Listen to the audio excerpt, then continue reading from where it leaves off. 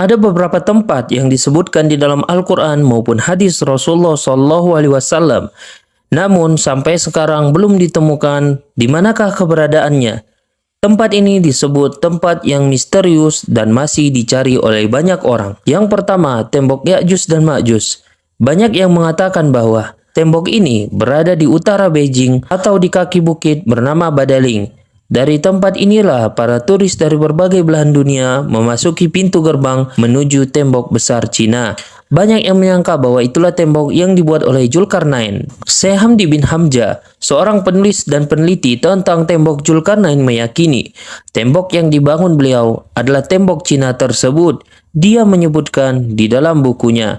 Namun jika dilihat secara fisik, terdapat perbedaan yang jelas-jelas antara tembok yang dibangun oleh Zulkarnain dengan tembok raksasa. Tembok Cina terbuat dari susunan batu bata, sedangkan Al-Quran menyebutkan bahwa tembok Zulkarnain terbuat dari tumpukan besi yang dicampur dengan tembaga. Selanjutnya, tembok Cina dibangun secara bertahap selama ratusan tahun dari berbagai dinasti yang memerintah Cina. Sementara tembok Zulkarnain dibangun oleh suku bangsa yang meminta pertolongan kepada Zulkarnain. Dan setelah selesai, beliau pun menyatakan tembok itu tidak akan bisa dilewati dan dilubangi oleh Ya'juj dan Ma'juj sampai waktunya tiba nanti, yaitu ketika mendekati kiamat. Namun ada juga pendapat lain, berbeda dengan penjelasan Syekh Hamdi bin Hamzah. Abdullah Yusuf Ali dalam tafsir The Holy Quran menulis, di Uzbekistan terdapat di distrik Hisar, sekitar 240 km di sebelah tenggara Bukhara. Ada celah sempit di antara gunung-gunung batu. Letaknya di jalur utama antara Turkistan ke India. Tempat itu bernama Buzgolkhana dalam bahasa Turki. Tetapi dulu nama Arabnya adalah Bab al-Hadid, yang semuanya bermakna pintu gerbang besi. Beliau berpendapat bahwa tempatnya adalah di sana. Namun hingga sampai saat ini, itu masih menjadi sebuah misteri. Yang kedua, kerajaan Nabi Sulaiman. Nabi Sulaiman alaihissalam adalah putra dari Nabi Daud alaihissalam. Nabi Sulaiman dikenal sebagai nabi yang sangat kaya dan memiliki kelebihan yang tidak dimiliki oleh nabi-nabi sebelumnya. Dikisahkan di dalam Al-Quran, Nabi Sulaiman adalah seorang raja yang memiliki kekuasaan yang sangat luas. Istana Nabi Sulaiman disebut juga sebagai Solomon Temple dalam literatur bangsa Yahudi. Saat ini, keberadaan Istana Sulaiman sudah tidak ada karena runtuh, kecuali hanya tembok sebelah barat yang tersisa dari bangunan kuil atau istana yang masih berdiri. Oleh orang Yahudi, sisa bangunan tersebut dinamakan sebagai tembok ratapan. Dalam beberapa riwayat, hancurnya istana Nabi Sulaiman bukan karena runtuh, tetapi diruntuhkan oleh orang-orang Yahudi yang sombong dan angkuh. Hal ini dijelaskan dalam surah Al-Isra ayat 4-7. Kisah lain menyebutkan tentang ciri-ciri istana Nabi Sulaiman adalah pintu istananya terbuat dari kayu zaitun dan cemara.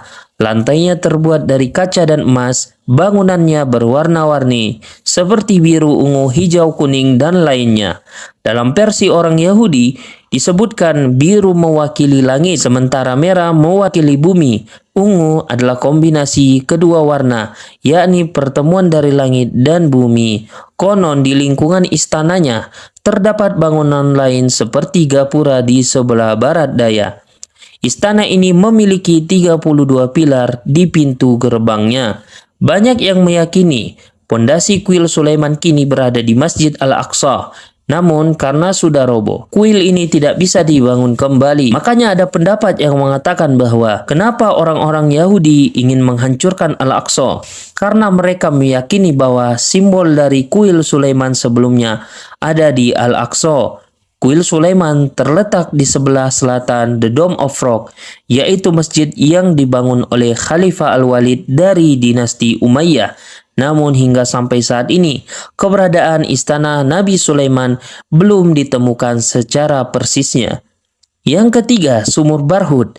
Beberapa tempat di bumi menyisakan misteri yang belum dijelajahi oleh peneliti, termasuk sumur Barhut. Sumur ini diyakini bukan digali oleh manusia, melainkan dengan bantuan bangsa jin.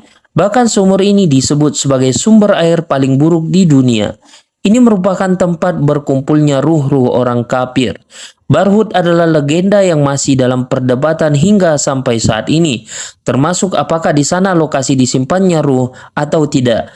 Lokasi sumur ini berada di lembah padang pasir bernama Barhut, Hadramaut, Yaman. Banyak yang mengatakan tempat ini sebagai awal munculnya kehancuran dunia dan menjadi tempat yang paling tidak bisa ditinggali. Sumur ini memiliki luas 100 meter dan kedalaman sekitar 250 meter. Yang keempat, Gunung Qaf.